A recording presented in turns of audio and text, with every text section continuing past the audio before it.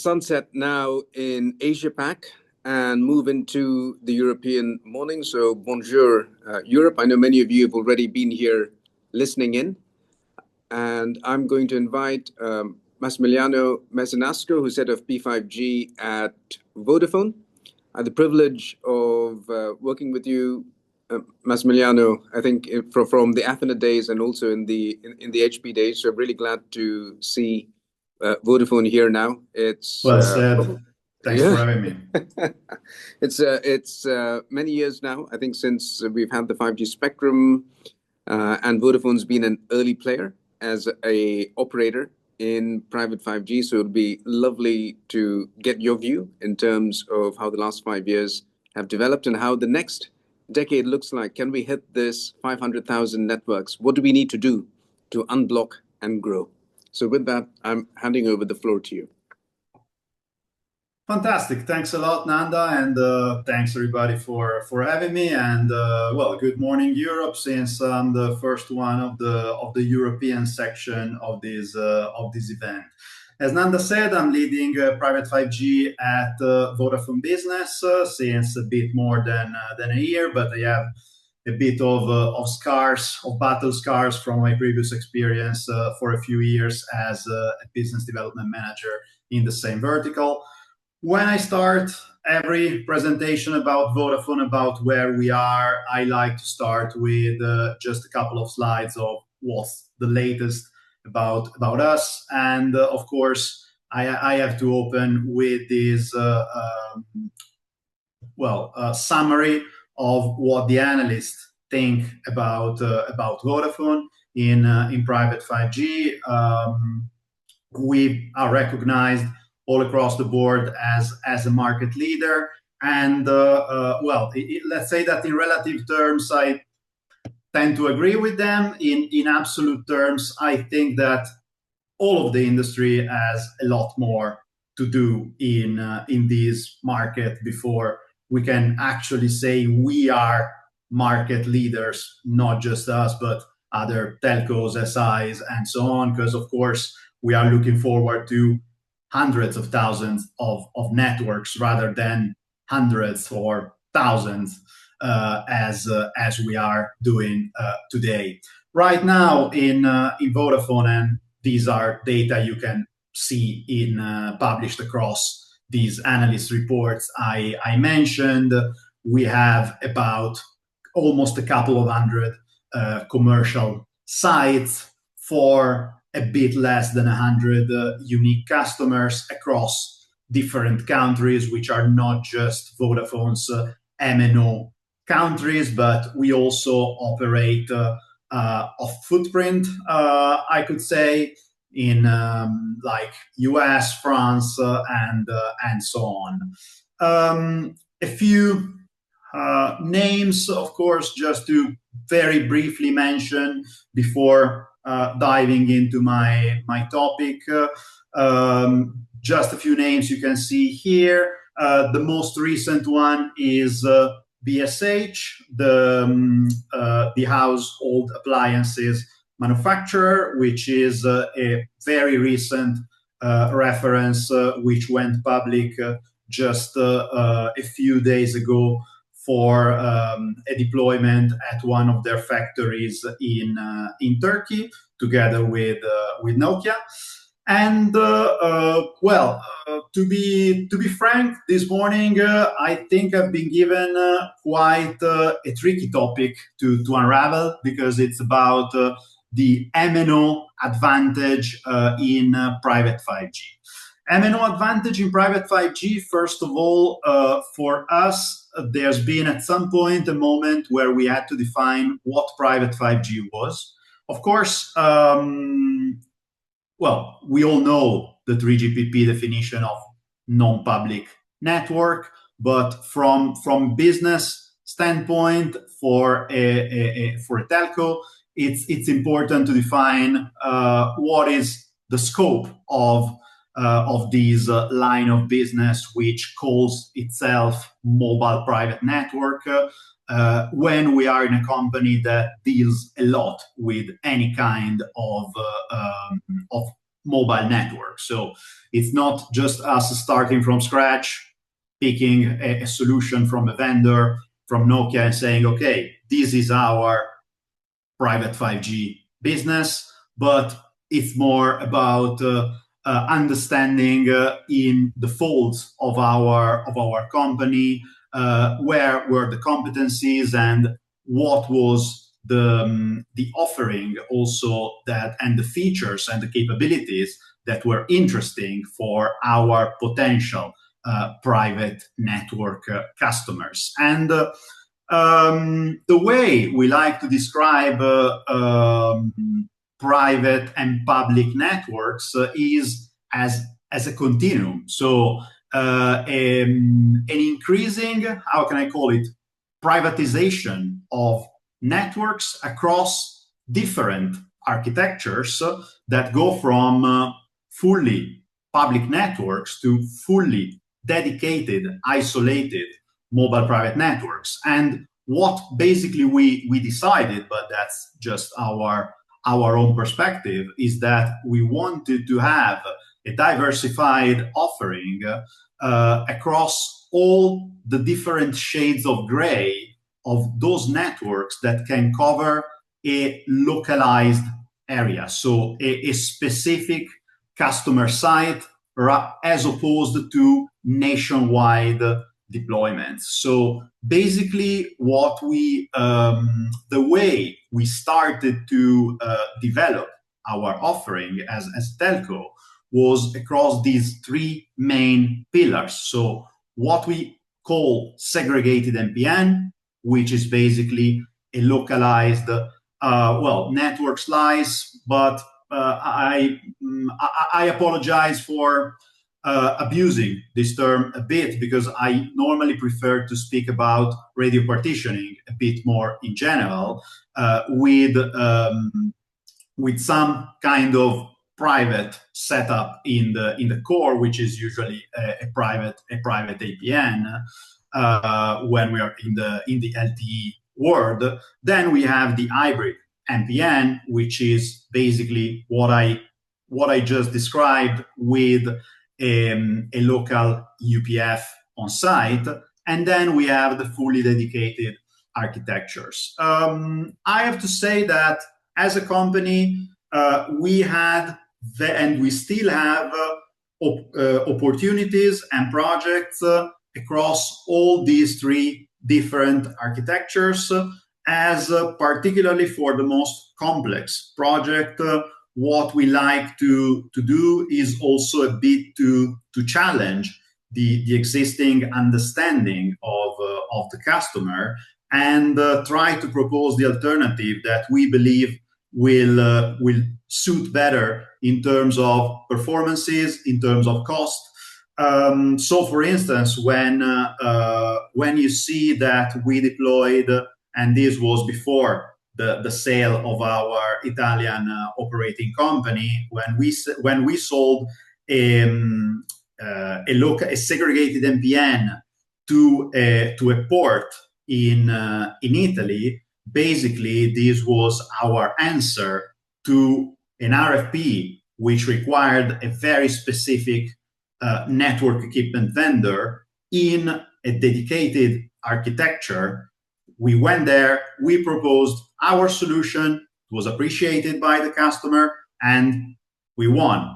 Kind of same situation with hybrid networks, where we proposed hybrid architectures, most of the times bidding against fully dedicated solutions, and we succeeded. And of course, we also play in, and to be fair, these represent most of our installed base in the dedicated MPN architecture playground. So basically, we have, of course, deployments that are fully isolated or with shared RAN, because, of course, even when we talk about isolated deployments, as a telco, we can still provide a bit of differentiation compared to other players. So we can, for instance, mix up industrial and licensed spectrum. We can decide whether to propose a fully standalone RAN or to propose a shared RAN based on our existing coverage, and so on and so forth. When it comes to dedicated MPN, of course, we have our portfolio is quite diversified. So we have what we call Vodafone Business Managed MPN, which is the public name of our standard product offering, where we provide in-house managed service located in the European Union, specifically in Spain, in Malaga. We provide a Vodafone branded user interface on top of this solution, which is meant to go hand in hand with our managed service. And we currently work with two main vendors.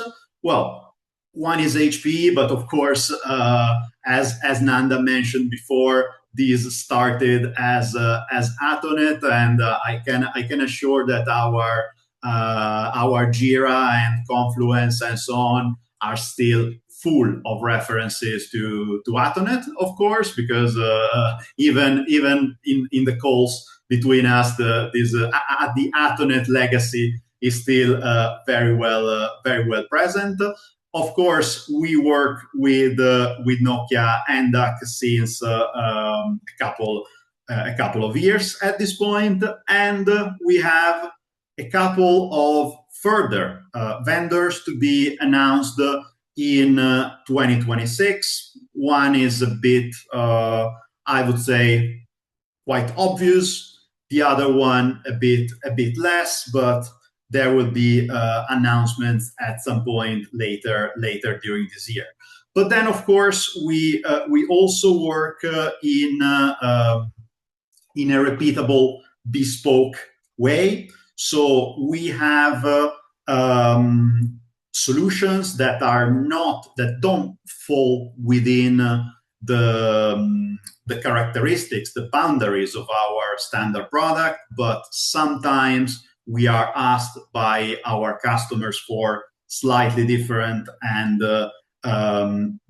more customized solutions. And of course, we work with Ericsson, we work with Nokia, with NDAC and MPW. We work with Huawei, particularly in specific geographies, and with HPE as well. Of course, this was about the more traditionally mobile private network areas, because then there is a bit more complexity, if you want, but a few more opportunities. And I'm particularly talking about scenarios like private MVNO. Is this or should be considered as private 5G? Yes or no? We are probably sometimes still debating internally about that, but we have customers on this kind of solutions, particularly utility companies. We are now working to integrate satellite coverage, either for backhauling or direct to device. And in the whole public discussion about neutral host, which is for us, of course, an alternative, we are also offering, since quite a lot of time, Vodafone only dedicated coverages to our Vodafone mobile customers. So we have mobile private networks deployed where the shared RAN coverage serves as both the RAN of the mobile private network and a Vodafone only, of course, public coverage, because, well, there's also a bit of a strategic reinforcement between the public mobile contract relationship and the private network contract relationship that we might have with the customer. Just to mention a specific case, this time with Ericsson, because I mentioned Nokia for BSH, so for par condicio, as we say in Italy, I'll mention Ericsson as well. This is one of the most interesting cases that we announced recently. For some of you in the call, might not be something new because we first announced our cooperation with Simpor together with Ericsson a couple of years back.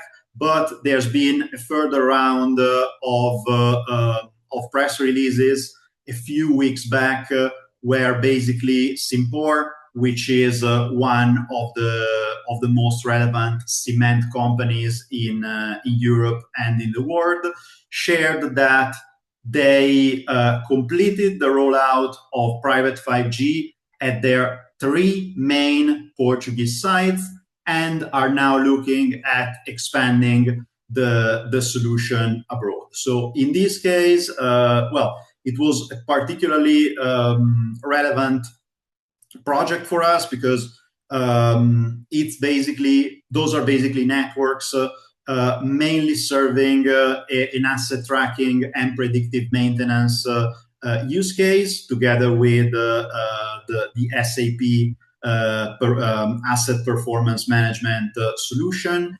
And also it's been a solution that has been awarded the International Critical Communication Award in 2025 for deployments in the industry, mining, and oil and gas. So I would say this is the overview of what we believe, of what Vodafone believes is the MNO advantage and the MNO flexibility in private 5G. And over to you, Nanda, if there's any question or discussion point you would like to dive deeper into. Excellent. Let me see if am I back on? I think I am. Can you hear me, Massimiliano? Yeah. Okay, super. So thank you very much for that update and tour de force. I mean, 173 commercial deployments, that's quite something in the time that we've had. Following on from the theme that we've been following today, maybe if you can just talk a little bit, about what were the main, from 2020 when the spectrum began to be available, what were the main impediments that you saw to deploying private networks, and has it debottlenecked, or are there still issues? What are the main things that are blocking you today? So Nanda, I will be a bit provocative because it's only both of us here. It's only both of us here. There's no one else. You can say what because I tend to heat up when I'm asked about this topic. And look, I believe that the numbers we have right now are not nearly enough. I believe that the industry in general, us included, wasted at least probably a couple of years, particularly in Europe, as I'll put it bluntly, we've sometimes not been humble enough. Because if you remember, particularly 4 or 5 years back, most of our playbook was, and when I say our, I'm talking. Well, let me talk for Vodafone and the companies and partners I work with, but I've seen that happening all across the industry. When I say we've been not humble enough, I mean our playbook was mostly about very fancy use cases and super shiny Industry 4.0 scenarios. But I had a moment of truth.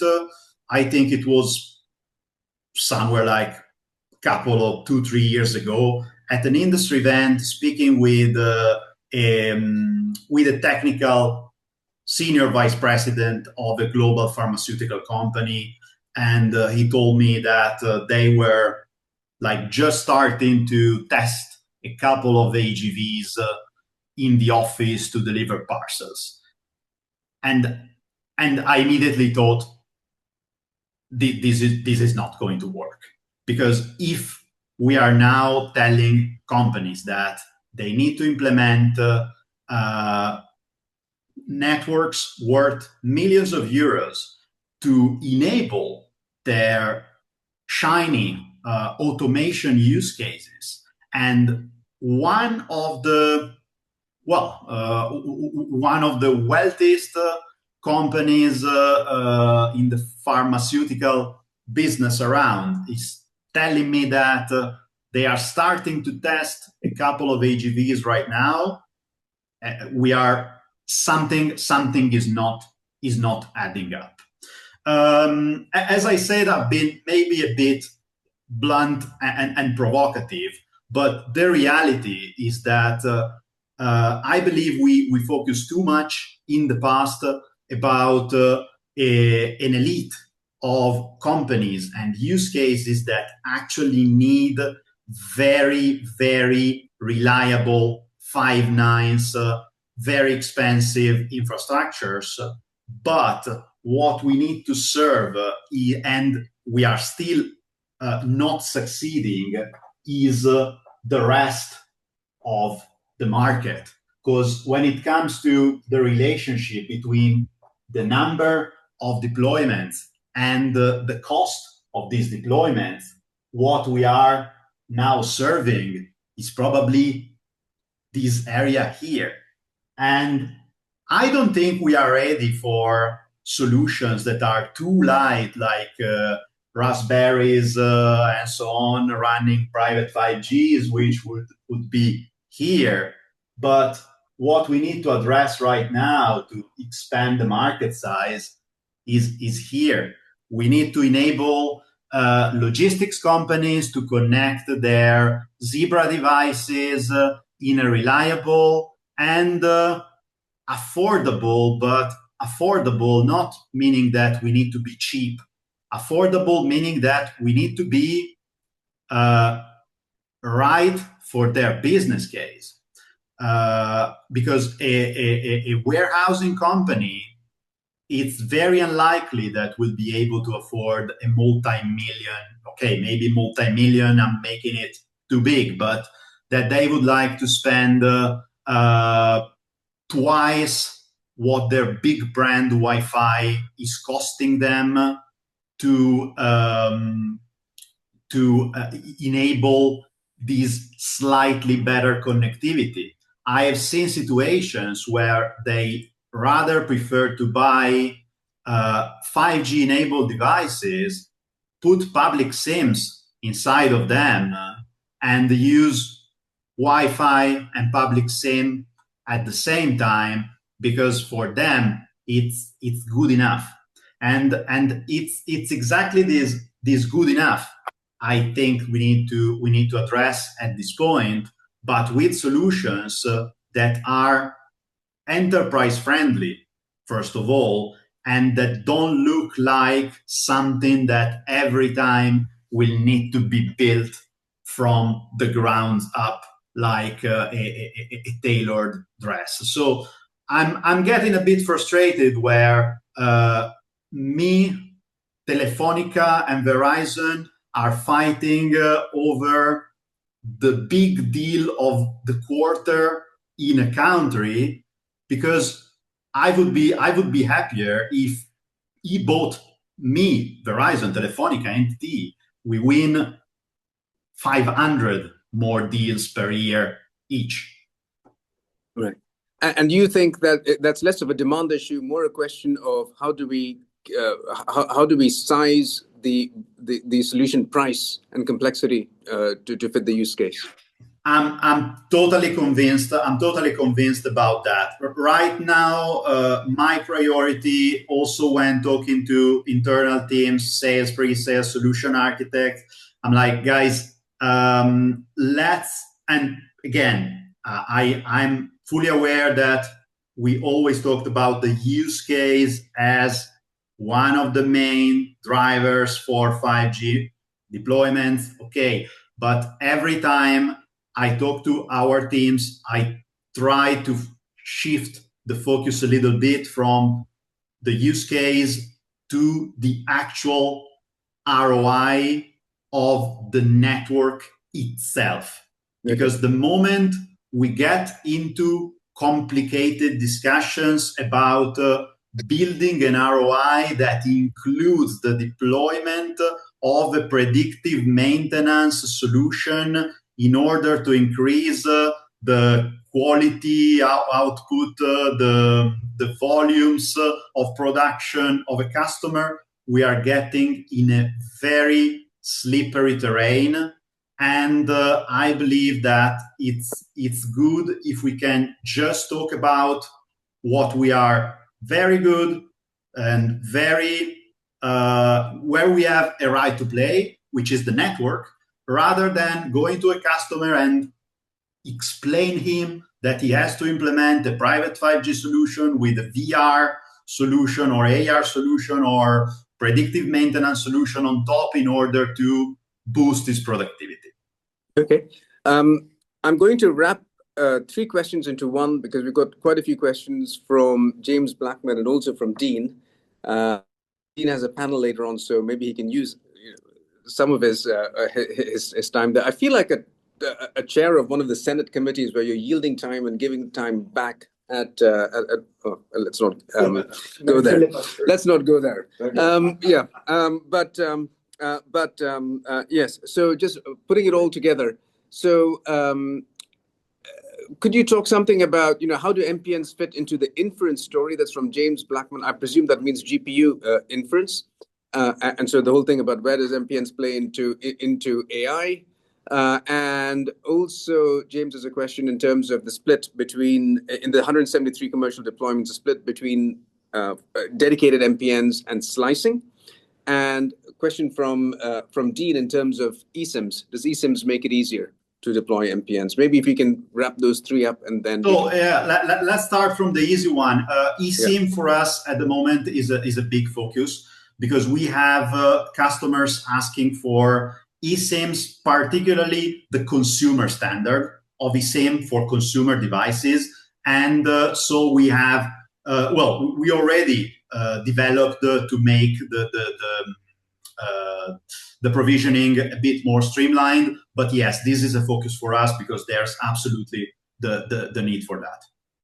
And regarding the question about the inference story, the fiber public 5G strategy, that's a behemoth of a question to be honest. And I'm not sure how I can reply in just a few words. At the moment, we have an AI play, which is not just not around a specific feature, but it's part of a project that we are working on with an industrial customer in the framework of a public funded project. So I prefer not to be too specific at the moment, but we will share a bit more insights later on.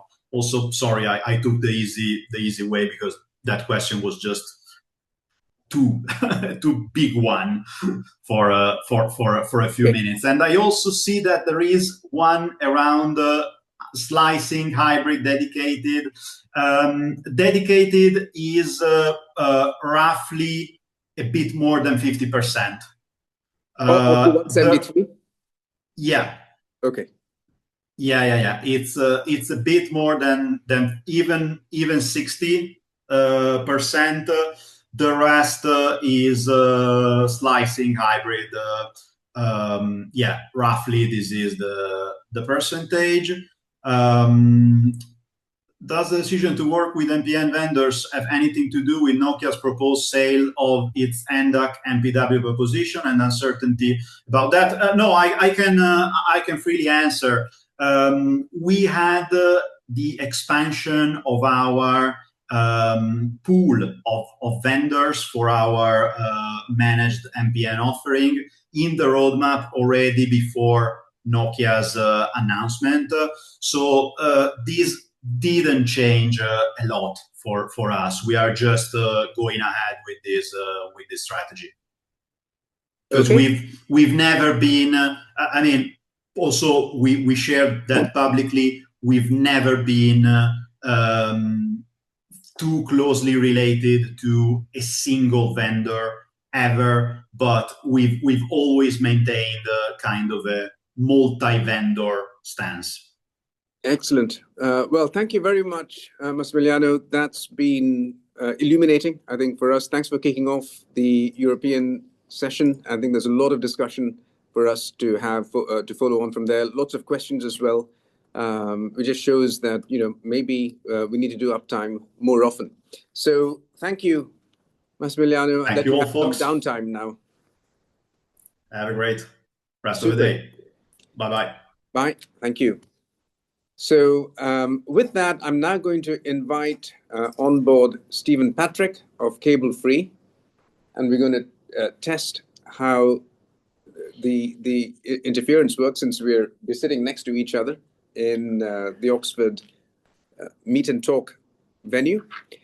But I will introduce Stephen. Stephen is founder and CEO of CableFree. CableFree has been around for nearly 30 years. So, it's not new, not a new player, but they've certainly been a player we've used in the old days when P5G started. Very innovative player, always first to the market with the newest features. Any combination of radio that we wanted to use for a deployment, a trial, a lab. In fact, we won when I was at Athernet, and then later on the HPE, we won the GSMA Global Mobile Awards for the first quantum safe network, working with Arcade on the quantum side and the radios from CableFree. So with that, I'd like to introduce Stephen. Stephen, if you could appear into view. Switch on your camera. Camera's on. Camera's on. I don't see you though. Ah, that's true. Let me.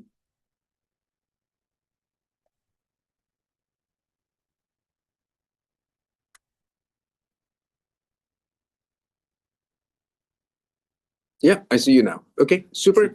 You're on, and I will hand over to you. Very good. And you your audio. Very good. How about that for audio? Good, I hope. Very good. Well, thank you, Nanda, for organising all this. And thank you for our colleagues here for joining the session. It's been very interesting so far. Great presentations and excellent response so far. To introduce ourselves and the company and myself too. Let's dive in there. So as Nanda mentioned, I'm Stephen Patrick. I'm founder and CEO at CableFree. Our 29-year journey. By March, that'll be 30 years. In fact, our early history is point-to-point, multi-point, mission-critical, high-speed networks. For the last 7 years, we've invested considerably in the cellular platforms. We've developed from the ground up a complete suite of cellular broadband wireless products. And I'm going to mention about it in the context of course, where this industry is going. The route forward for private 5G and this amazing year. We think we're in the transition year for 5G and private 5G specifically.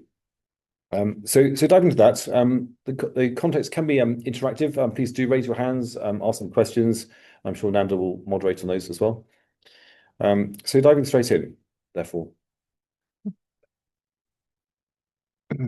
Just a quick snapshot about us. So CableFree is based here in Oxford. We work globally. We have customers in now 95 countries all around the world, literally every continent. Our products span this very wide range, but the primary focus right now is private 5G and its global growth. We, as mentioned, were founded almost 30 years ago. I was a very young man then with a dream, and our dream was, of course, to be a significant player and to move forward the boundaries for wireless networking, which we've done many times along that journey. And we have a strong track record of innovation with many world firsts, including some of our 5G products, which are quite disruptive and novel. And yeah, we're based here in the UK and operating globally. What about the journey? So there's a couple of snippets I'll share here. So on the slide here, if you can see it, there's Marconi's early prototype. Marconi, of course, the great father of all things wireless. That prototype's actually here in Oxford. It's in the Museum for the History of Science in the centre of Oxford, actually owned by the university. We ourselves in the Science Park are in a building owned by one of the Oxford colleges. It's our landlord. So there's a connection there. 130 years. You can walk into that museum. It's only 2 miles away. Walk in, look through the glass window you can't touch, and see Marconi's hand-built prototype made of brass and wood and screws and wires and things, which he set up for a demonstration, actually in London, not in Oxford, but his prototype ended up here. And his demonstration, which was quite famous, showed a spark gap transmitter, so the simplest form of modulation of Morse code, tapping a key. You could see the connection across the room, and it was only across the room, in 1896. So that 130-year journey from Marconi's earliest radios, and not entirely cheekily, because it's an Oxford product. I put our own CableFree radio there just below. What does that journey mean for us, the industry, and actually for humanity? So, of course, we've gone from Morse code, we've gone through voice, we've gone through text messages, video calls, and, of course, broadband data. The journey started with connecting humans talking to each other. Now we have machines talking to humans, and machines talking to machines, AI to AI. We've gone from very regional networks that supported just one region or one country at a time to now global networks and even extraterrestrial stuff that's in satellites, the stuff that's orbiting Mars, even the furthest network. We're going to have to add in Voyager 1 outside the solar system as a wireless network. We've gone from 0 to 70% of humanity connected. That's according to latest data. It's over 5 billion of us humans have a cellular connection of some type. And we've gone from bits per second of Morse code up to gigabits today, available using conventional technology. And of course, from these telco or centralized networks to what we're talking about today, the private networks. And what does that journey mean in terms of what do the private networks achieve that these centralized or telco networks could achieve in the past? And that's, of course, an ongoing topic which we'll hear throughout today. So just a quick snapshot of what we do, what we've brought to the party along this journey. So we developed from the ground up, as I mentioned, our own range of 5G radios. They include small cell, they include macro, which is the baseband and radio separate, but the integrated small cell, it turns out numerically is the most popular thing for private networks. That's quite interesting to step back. So some of the other industry analysts may slightly disagree and say, hang on, we did it over here with Nokia, but we're now on record of having supplied over 300 separate networks for private 4G, 5G. Let's just put them in a bag and call them private 5G because all our radios are software upgradable from 4G to 5G. So even if they're running 4G mode, the network itself can be 5G, just as a software switch. So with those 300 plus networks we've delivered and supplied globally, majority are integrated small cells. Some people prefer a fiber-fed radio. They'll have the radio head separately from the baseband. Our product range enables that. It's a very flexible product range, which is available in various different versions. Also, this split of indoor and outdoor. We make both indoor and outdoor versions of the product. Which one's the most popular? It turns out of what we've deployed, the vast majority are outdoors. And then, of course, there are the special cases as well. Of course, any discussion about radios, we dive into frequency bands and MIMO and these details. We mustn't forget the core, the stuff that glues it together, the network management, the essential layers that sit between the user and the radio antenna itself. And along our journey, we've developed a complete range. You can buy an end-to-end suite or some integrators will prefer to buy just the radios and integrate them with their own cores or third-party cores from other providers. So we believe in partnerships, we believe in open ecosystems, and I think this topic will come up consistently in discussions of private networks. What does an open ecosystem mean, and why is it important? What it means is we're escaping from the lockdown models of maybe the larger vendors, the tier ones, and saying, well, you can now pick your own core. You may do that for reasons of performance features, all sorts of things, sometimes just commercial relationships or what's already deployed. Or you may say, greenfield, we'll have new stuff and go for it with a radical new infrastructure. And of course, being innovators ourselves, we welcome innovation from our partners. We've deployed our radios with all sorts of core providers, other infrastructure providers. People are bringing new great ideas for how to deploy 5G. So Nanda asked me to talk on this point, which is the year of momentum. What does that mean? So what's changing in 2026 compared to the last 5, 6, 7 years of private networks? Of course, one big topic is the market knowledge and perception. Is people 7 years ago, if you said private networks, people would just be surprised and think we're talking about Wi-Fi. Of course, now the word private 5G or P5G is now a buzzword. It's a hashtag. It's a fairly complex term. But if you would go and talk to an IT manager in possibly a medium-sized organization around the world, most of them still would seem a bit fuzzy on this topic. They say, I've heard of it, but I don't know what it does. And I don't understand its value to me and the organization I'm in. So there's definitely a market knowledge, realization, and even perception of what that can do. People might perceive it's terribly complex, it's terribly expensive, it could only be done by tier ones or only done by the big vendors. And they realize actually you can come and buy this network today. It can be small in scale, or it can start small and grow, or it can be large scale. It's entirely flexible.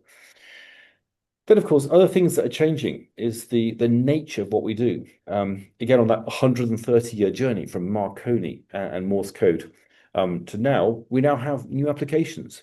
They tend to include the real time, the mission critical, robots marching around, vehicles driving around the streets of cities, things that cannot fail, cannot crash, where human lives and human safety is at risk.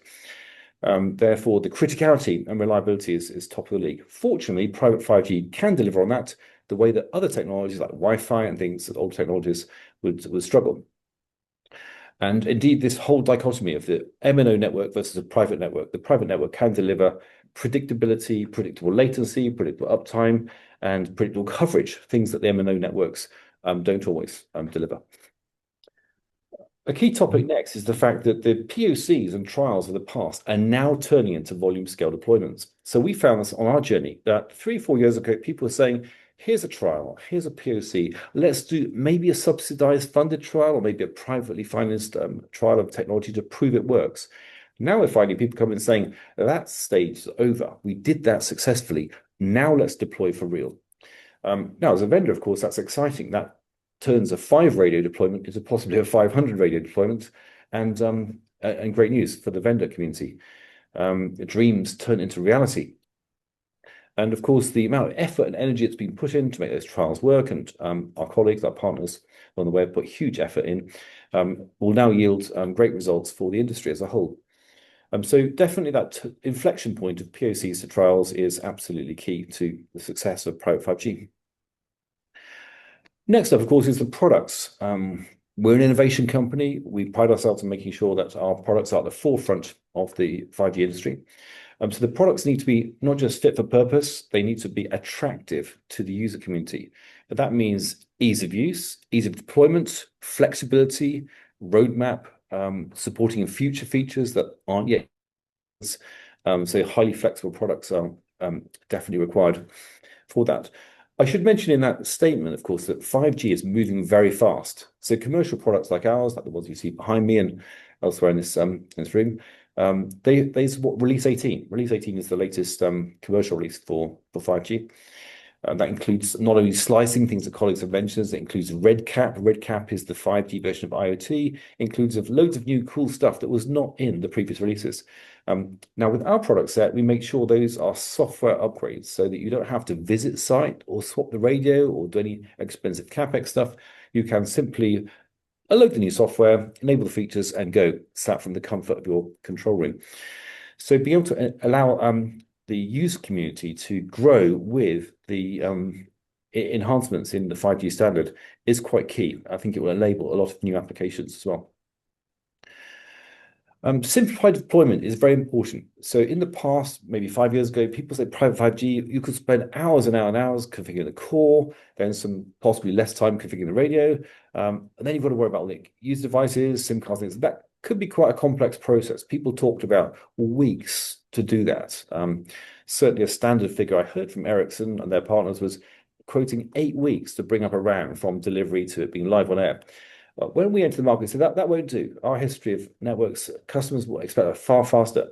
So we said our target is 8 hours, not 8 weeks, 8 hours. It should be up the same day. So if you deliver the units, unwrap the boxes, take the radios out, mount them up, 8 hours later, that RAN should be live. So we just streamline everything from factory pre-configuration, easy kind of to-go scripts, remote support, remote assistance sessions to make sure that the RAN can be brought up very quickly to meet the user needs. Another relevant point here is that user needs are very diverse. Somebody who's flying drones around a commercial operation or doing drone deliveries is got a different use case for somebody who's got tablets and iPads in a factory, or somebody who's running around with broadcast cameras filming the Olympics or a football match or a rally car race. So the configuration files and in fact the entire network configuration might be quite different for those use cases. So that's why we believe in flexibility and scalability and making sure the product set can deal with those very diverse and different use cases.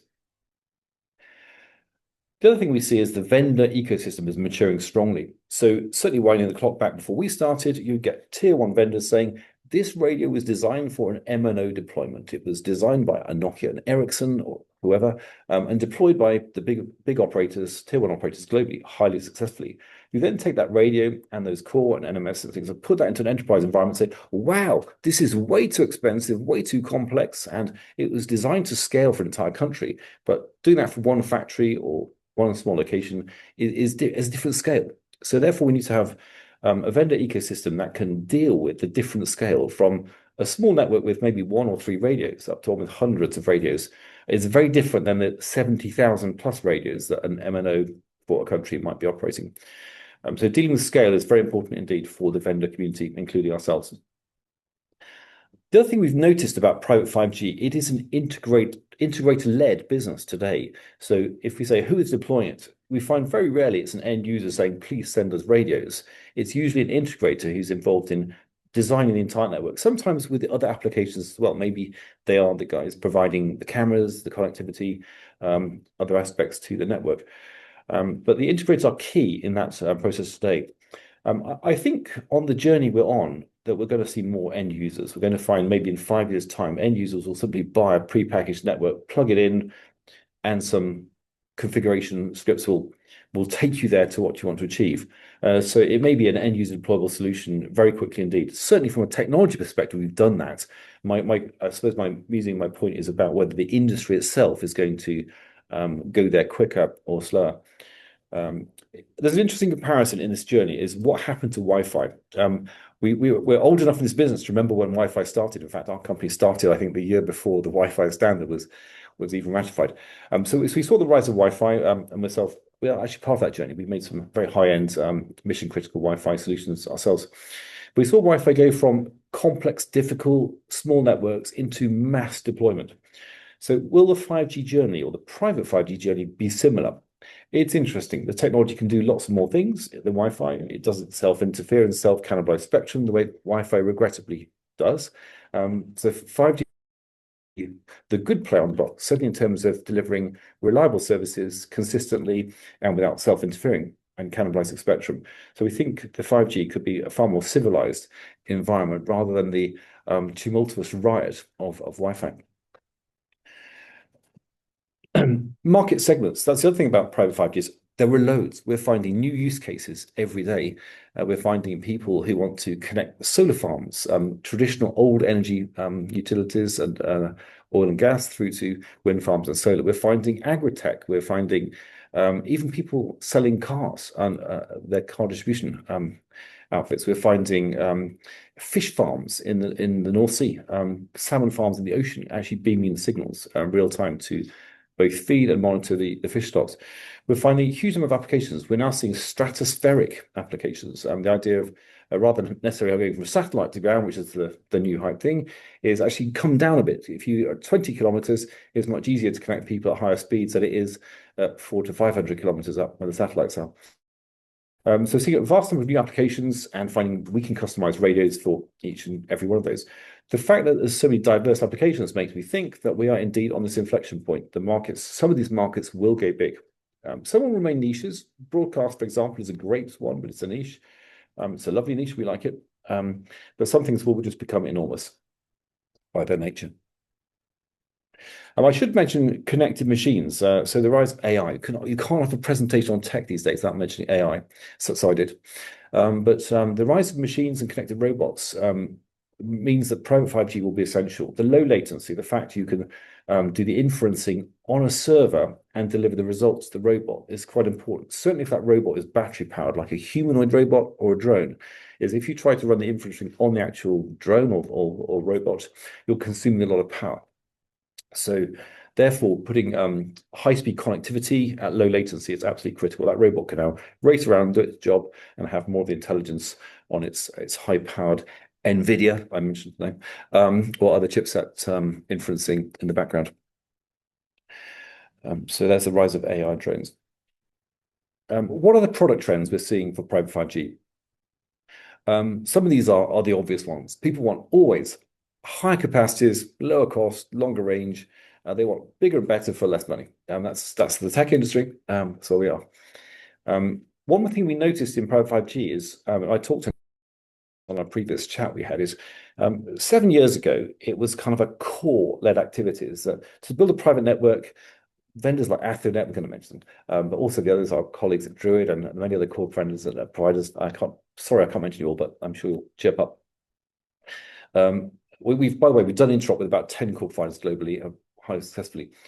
Those core vendors used to lead the market. Now we're seeing a slight trend is that because there are so many cores available and a wide choice of cores, is the other challenge is there are so many frequency bands available. So different regions have allocated different bands. Here in the UK, Ofcom have very generously given us 3 different bands to work in. One of them is very large and generous, and the other 2 a bit smaller. Many other countries have different bands. Just mentioned Germany, for example, is 3.7 gigahertz, whereas most of the rest of Europe is a 3.8 to 4.2 gigahertz story with a few regions with other frequencies. The US have a CBRS and they're talking about moving the band somewhere else. Canada just moved stuff around. They took it off 3 dot whatever and moved it further up the band. So the fact that radio vendors need to support these different bands is a challenge. Now, we uniquely develop modular products so we can actually supply products all the way across the band from 400 megahertz to 6 gigahertz with relative ease. But that's actually quite hard to do. And the nature of our technology became a big enabler. It's a unique thing we brought to the party. But for traditional radio vendors, that's actually quite hard to do because you start with a new band and it's a complete redesign from the ground up. Very expensive and complex and time consuming. So modular products certainly help the play there. So more bands are essential. The whole march of radios from the very large radios, the macros. Now we have small cells, or more accurately, integrated small cells where the baseband is on the radio, microcells, femtocells. Come and see us at MWC. We'll have our latest in those departments on show. Lower costs, you mentioned, lower latency. So some applications are not latency critical, but many of the new ones are. Certainly anything with flying drones, flying machines, and projects we have, for example, like I'll mention on the case studies later. So driverless vehicles driving around with passengers on board on the streets of the UK, very proudly connected by our radios, has to be low latency because there's no driver on board. So next up we have MIMO. We think this is a red herring. So many people will come and say, I want to build a private network and I want massive MIMO. In the conversation, it rapidly unpacks to, you've heard about massive MIMO, and we know the MNOs, the tier ones, actually have to use it because they have relatively sparse cell size. But in the private network, that's not appropriate. Massive MIMO comes with an enormous cost tag, not just the radio, but the power consumption needed to drive it. So we found when we've gone to market, when you present the products to the customer, you say, you've got a choice of MIMO chains, 2x2, 4x4, 8x8, what would you like? Most of the applications collapse down to 2x2. It does most of the job. And at long distances, in fact, everything collapses to 2x2 anyway. This is one of the hidden things vendors often don't reveal. Above about 2.5 kilometers, laws of physics dictate there's no spatial extra paths. It's a 2x2 MIMO story in any case. So we think possibly high MIMO for most applications isn't relevant, but it can be done, of course, in the vendor community. And lastly, of course, AI. What's happening with AI? So, of course, there are the billion-dollar investments. So the big guys with lots of noises. Practically speaking, what does AI bring to the play for private networks? We think it's the self-optimization, the self-configuring, the idea that the network will understand itself and optimize and be able to be configured very rapidly and easily, and take away the need for top trained professionals to interact with every single network in the world. The fact that networks may be able to self-optimize will be an essential, we think, part of the journey. Just a quick snapshot of what things look like. Lots of slides don't mention the details, so we'll just dive in that. So this is a macro base station. The baseband is separate than the radio heads. In this scenario, the radio heads are up on a tower, but they could be distributed around a factory or around a building. They could be widely distributed in different locations. But now we have digitized RF whizzing off those radio heads. And this could be a DAS type story, but in this case, on the diagram, it shows them up on a tower. And the backhaul could be any mix of fiber optic, microwave, or other. Now, the converse I mentioned is the integrated small cell. Now the baseband is on the radio, and I mention this because this is the most commonly deployed scenario for private 5G. We've removed cost, we've removed complexity. There's just one box to put on the tower. In our case, and I think a few other cases, but our case as a vendor, we can optionally run the core on the radio. We call it very imaginatively core on radio. I'm sure the marketing department will come up with something better, but that's what we are today. Core radio means you've now just literally got a single box, and that doesn't even have to be on Earth. That can be flying up in the air. It can be anywhere you like it to be. And now devices can connect, including the SIM cards and any other devices, directly to radio. Again, backhaul is flexible. It can be satellite, microwave, fiber optic, and we've done all of those. And these radios are available in the complete 5 minutes, Stephen. 5 minutes, Stephen. Hi, Nanda. Yes, I was just saying 5 minutes. 5 minutes, excellent. Yeah. Sales info. So we'll hop through straight over to a few deployments and examples of this. Oh, by the way, planning is an important topic. Planning, people say, what does it cost? What does it do? So the idea of being able to put a coverage chart up saying, this is what it's going to do for you is absolutely critical. So we do that. Network management, massive topic. We'll just leave a slide there. Happy to answer questions later. But every network needs to be manageable. We can't have a network where nobody knows what's going on. So everything has to be fully manageable and hopefully by an open ecosystem. I'm going to dive in a few case studies. Fixed wireless access. It's a classic case for private networks. You could call it a sort of mini operated network. We've done these. We've had networks here in the UK. So I think it's one of the largest ones in the UK. We've done, which is in Yorkshire. And they've connected up, I think, 1,000+ end users to this private 5G network using FWA. And they're experiencing more than 500 megabit speeds direct to end users. Interestingly, it's an altnet that also has fiber. So they go fiber or wireless. Small regions have wireless because fiber is uneconomic. Rail industry. Rail sector is very interesting. There's now FRMCS. It now has a buzzword. So FRMCS can deliver reliable connectivity, not to the passengers, but for the train infrastructure. What used to be GSMR in the past can now be done with broadband data on 5G, and we've deployed it with some very interesting POC scale so far in Europe. Again, construction industry, very vital. Emergency services, push to talk, fire trucks, underground workers, IoT, all can be connected over private 5G. Festivals and events. Now people can rock up. This example of a pop concert.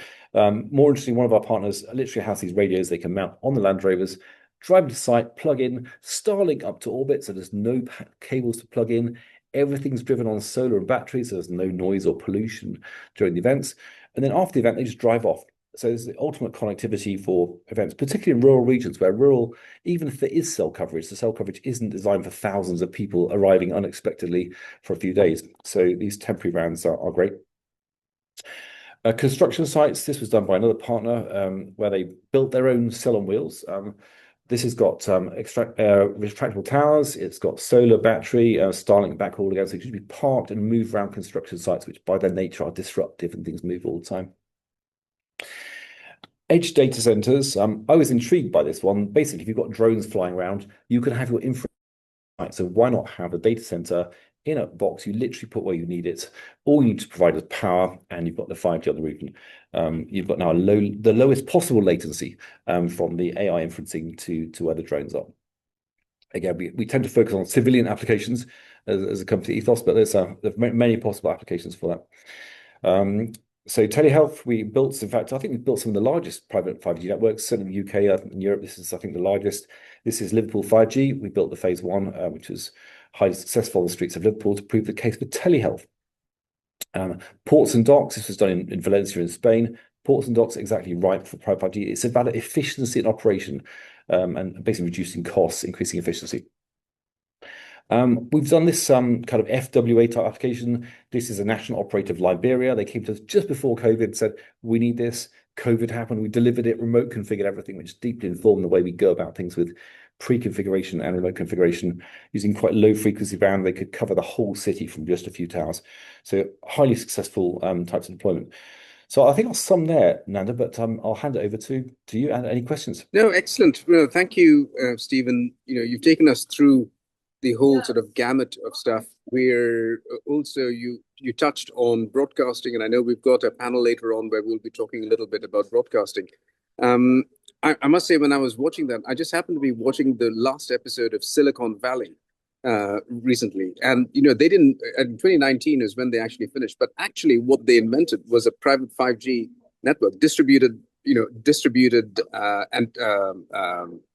network running on AT&T at a festival called Rustfest, right?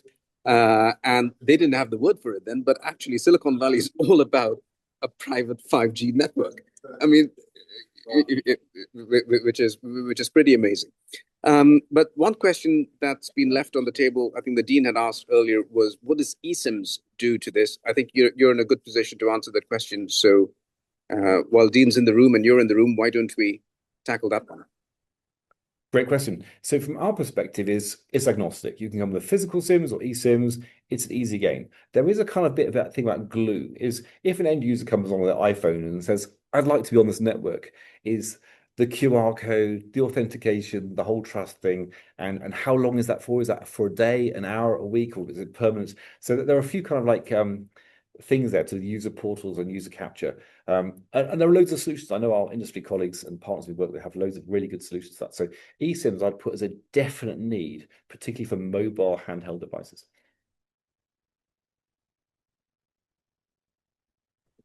Excellent, super.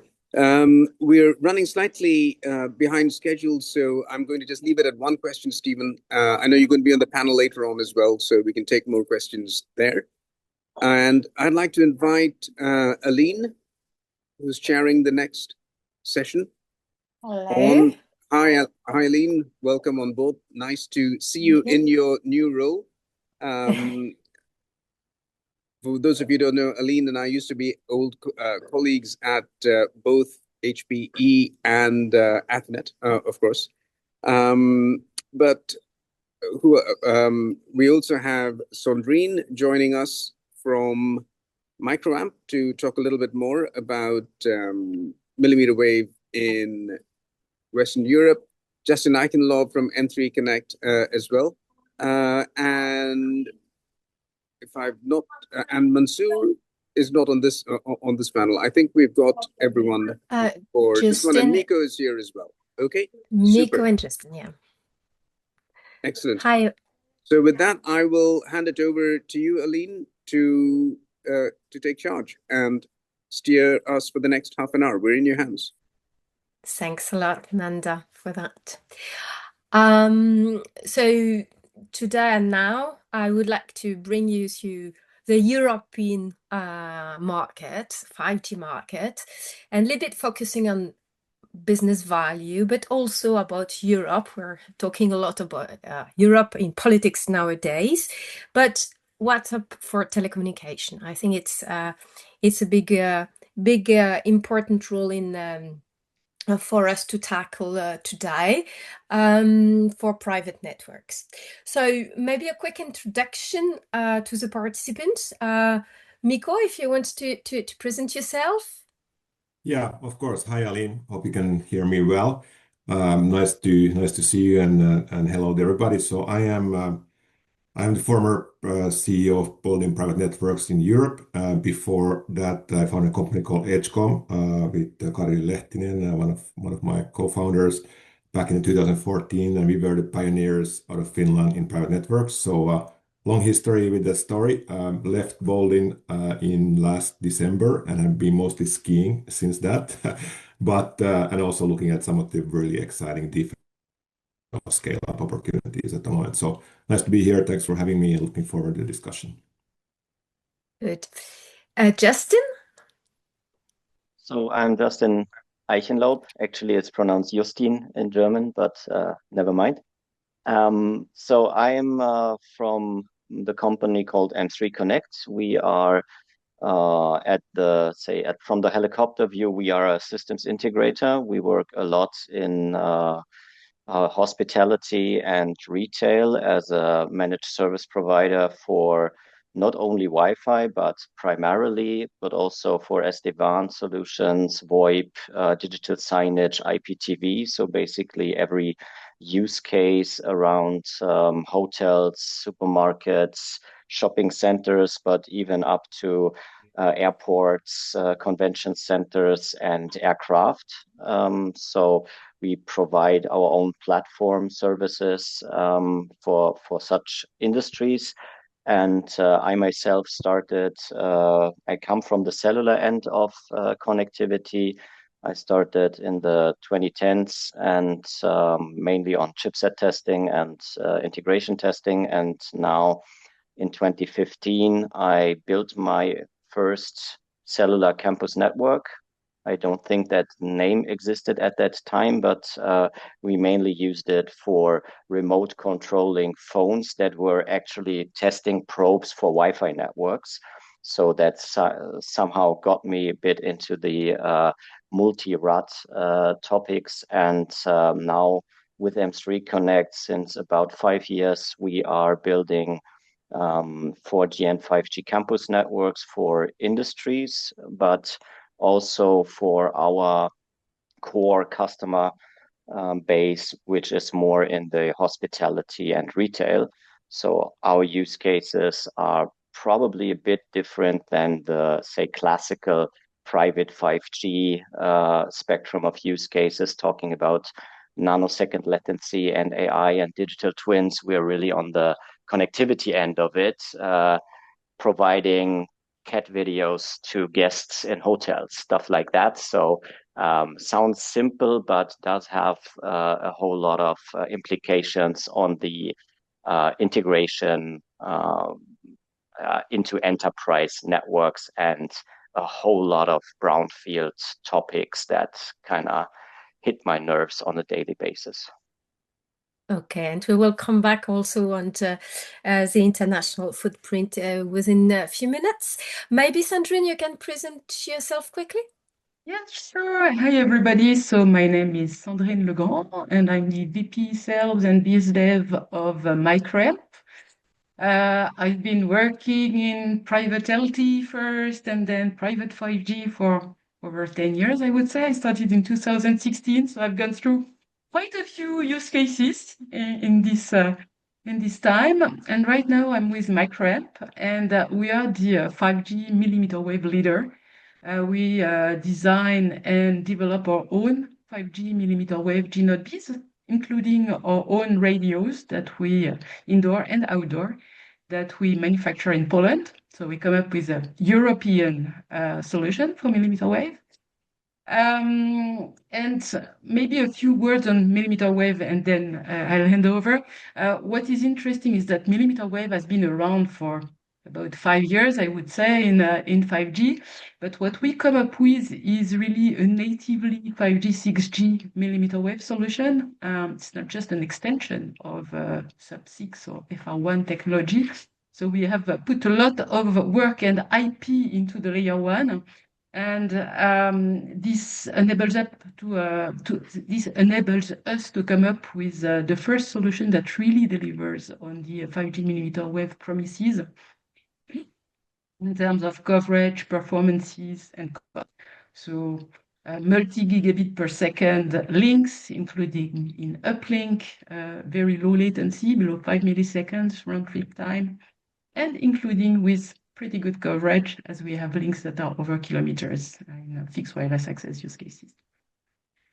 That's it. Very good. And we see that like that, 5G can serve really all the cases, so including the high bandwidth requests that we are having. Maybe I would like to come back about the spectrum harmonization in Europe. I think it's quite let's say it was quite a subject until few months, where we can see that it's starting to change. It's starting to change because we are finally having an harmonization on some country. So maybe I will invite Mikko and Justine to speak a little bit about that. Is how the simplification. So the 77 in Europe and the 78. So two bands that are close to each other. So still different today, as the 77 is not in all countries in Europe. But this harmonization, how you see it on the business and how can it change a little bit the adoption of 5G as well? Maybe Justine, if you want to start with. Yeah. So that's discussion is super relevant to my business cases, because we are working in a total of 23 countries. Core business is in less than that, obviously. So we have demand from at least a dozen countries. And yes, it's some part of my work also to scout for spectrum allocation and how that is all dealt with. On the regulatory side, do you have to play golf with the right person, or can you file a proper document to get your share of spectrum? And lately, the golf course problem did go away a bit more and more, so that we now have a proper path to get a spectrum license. Yet, obviously, there is very much difference in the cost of such. And also, my main pain point is that we have to deal with a plethora of vendors to find the right equipment for each of the markets that we work with, where normally we would deploy, say, 3 vendors typically for certain use cases, and we can simply, buy them at some distribution. But this kind of split between N78 and 77, or the border at 3.8 to 3.9, really is a pain point for us, that we cannot really put 10, 15 base stations into our warehouse and just deploy them anywhere. We have to decide per site to which equipment we would want to use. And my company administers about 17,000 locations with the classical enterprise business, and scaling the 5G business into different markets gives us lots of friction, basically, that we have to deal with local specifications for each and every site. And there is little understanding from our customers to having to go somewhere for site work survey, having to go somewhere for license administration topics and so on. That is all is so time consuming. It's really holding us a bit back on scaling the business, where we have currently a sales funnel of, I think, roughly 200 base stations and a few thousand CPEs, but we just don't have the time to deal with that amount of projects as we would normally do in the Wi-Fi market. So there it's really pretty straightforward. 3 mouse clicks, order a distributor, deliver directly on site, and have someone nail access points to the wall. That's not really where the 5G business is at yet, but we're hoping to get there. That's for sure. And on top of that, we are still not all European country in the same let's say, with the same easiness to get private frequency, because we still have a number of countries where it's not yet open. So we are, I think, all of us following that quite intensively. Maybe Mikko, you can share your experience. You started from 4G in your experience. So is this at least the harmonization you can see now that, of course, there is a better, it's re-enhancing as a system, but do you see that it could develop the market more because of this harmonization and the adoption of private 5G? Yeah, Aline, thank you. It's a good question. So maybe let me address that from two perspectives. I think you touched on both. One is the spectrum aspect and the harmonization. Another one is the sort of the European business landscape. And I'll say a few words about the spectrum and then basically touch on a couple of examples on what's going on in the market, touching a bit on Nokia, what has been going on with Boldin, and then some of the interesting, very segment-focused kind of new entrant investors, investments that are happening. So I think the spectrum harmonization is really good. I think 78 is pretty much kind of done. I mean, operators have most of that, except in Sweden and Germany, where I think both countries have allocated about 100 megs for let's say, private use. And there's more 77 available. So the harmonization is good as such, but it has to be done in the right way. So if you think about what ARCEP did in France earlier on in making the spectrum available, the price points were just ridiculous. It didn't work at all. So it was kind of counterproductive and probably lobbied by some of the other industry players pretty well. And similarly, Ofcom in UK did a very advanced approach to the spectrum, but low power, low heights. Operator builds a similar network. It's a 5 times lower cost. So it's really hard to compete in that space. So it is important, and it's a good thing, especially if 77 gets really well harmonized, and if the right to use becomes done in a powerful way, so it's really usable. Now, I think the bigger probably question still in Europe is how the market is evolving, and I think this year is kind of a year of transformation for the private networks market. I mean, you see what's going on with Nokia exiting the business. They have fundamentally very good product. I know that very well because the team that has been selling it is been doing it for a long time. I think the business model is fundamentally correct, very interesting for intra investors because it's a kind of recurring business model. But where will that business end? Who will run it? That I think is going to be pretty telling for the market. The other interesting evolution and development has been, I think, within Boldin for the last 6 to 9 months. I mean, I'm not with the company anymore, and this is purely a public database. But you look at the company that has a group CEO change. Now the new CEO has been just announced. Christos Karmas, really, really good guy. American, I think, is going to drive efficiencies very well. But the chief strategy officer left about 9 months ago. I left at Christmas. The CTO has left for private networks. The head of UK sales, the head of Spain, the head of France has left, and so it's kind of hard to see where that goes. And then the chief sales officer for private networks has left. So I think there's going to be quite a bit of consolidation we'll see this year, which is a good thing because it will drive efficiency. But for all of us around, we have to play it right so that this market continues, because there is the fundamental needs within the customers for these kind of networks, and that's a really good thing. And I think that's going to drive this business and growth moving forward. So if the spectrum harmonization happens, the consolidation happens pretty quickly, I think the market is going to thrive next year. Okay, thanks a lot. I think it's quite interesting to see also the challenge of this consolidation, because it's not only the spectrum, but it's also about how once you have a spectrum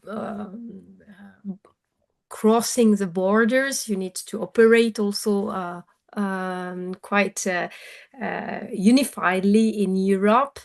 So do you see a challenge doing that, or now most of the company are prepared? We've heard Justin to say before that he was handling already 23 countries. I know that you were also handling more or less the same number of countries operationally. Is there still challenges there? Let's concentrate on Europe to grow and to satisfy the customer there. Do you want me to follow up on that one, Aline? Maybe.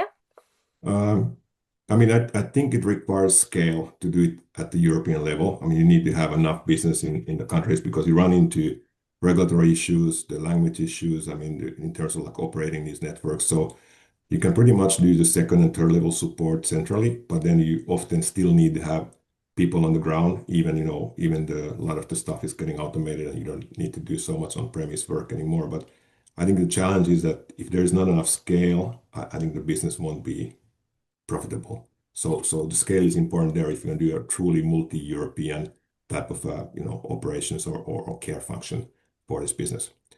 Once you have it and once it's working enough scale, it is a very good business in terms of profitability. Okay, so scale is a key here to be profitable and to help the market to develop. You still on this one, would you see? Do you face such scaling issue in Europe? So we do have our troubles with, as Mikko said, with the hands-on topics, with people to be able to support on-site, because there is still also on the customer end some education needs, let's put it like that. So they will, instead of using an SSID and a password, they have to deal with the SIM card, and they have to also understand that the cellular network works a little bit differently than their standard office environment, I would say. So there is also a big gap between the user expectation and the system delivered in many cases, and getting all the dots connected to create that converged, harmonized environment that like the enterprise customer is used to. Is quite different than what we've seen in the last years from POCs or research projects or government-funded projects that were kind of paving the grounds, yes, but that final tipping point to have that as easy as Wi-Fi experience is still a lot of work on the system integrators like myself or my teams. And no, I don't have local P5G experts in 23 countries. Certainly not. So I'll be traveling a lot for that. I'll have my experts that can do a lot remotely, and we have compiled good processes to be able to remote control on-site personnel from the customer that are probably just IT support people or so, to perform the hands-on topics. But I would agree that without having that type of engineering ecosystem in person on site, you are not doomed to fail, but you'll invest a lot more manpower, thus money, into the site than you expected or hoped for. So reaching the green zone on the investment, especially for customers that may not have multi-billion-dollar companies backgrounds and use cases that support the massive need of the benefits of the 5G network, but that would just use, for example, the long ranges that you can have from one single tower, but still for rather simple IT tasks. That is something where the mediation process, I think, is ongoing. And I do also agree with Mikko that in this year there will be lots of changes, mainly on the approach. There will be some big boys tackling the high value targets, and there will be some companies like mine that will use specific features of the cellular and the 5G to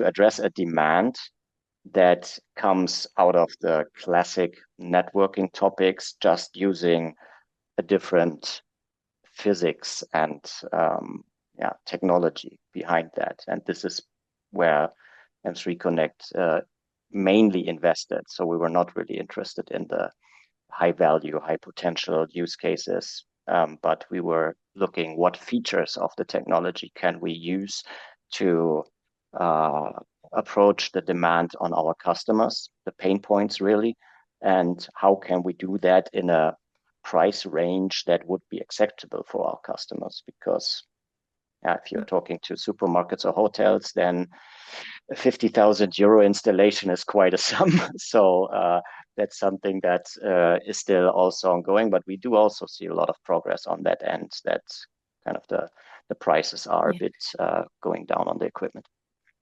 Yeah, maybe so the harmonization still, even if it's 2 frequency instead of maybe 15 that we had previously, it's already a big economy of scale, even for the equipments themselves. Maybe Sandrine, you can explain what this millimeter wave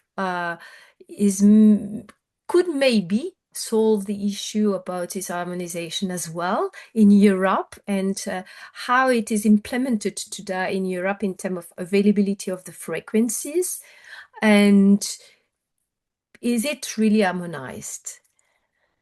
First, I think we are lucky because we are arriving after the N77 and N78.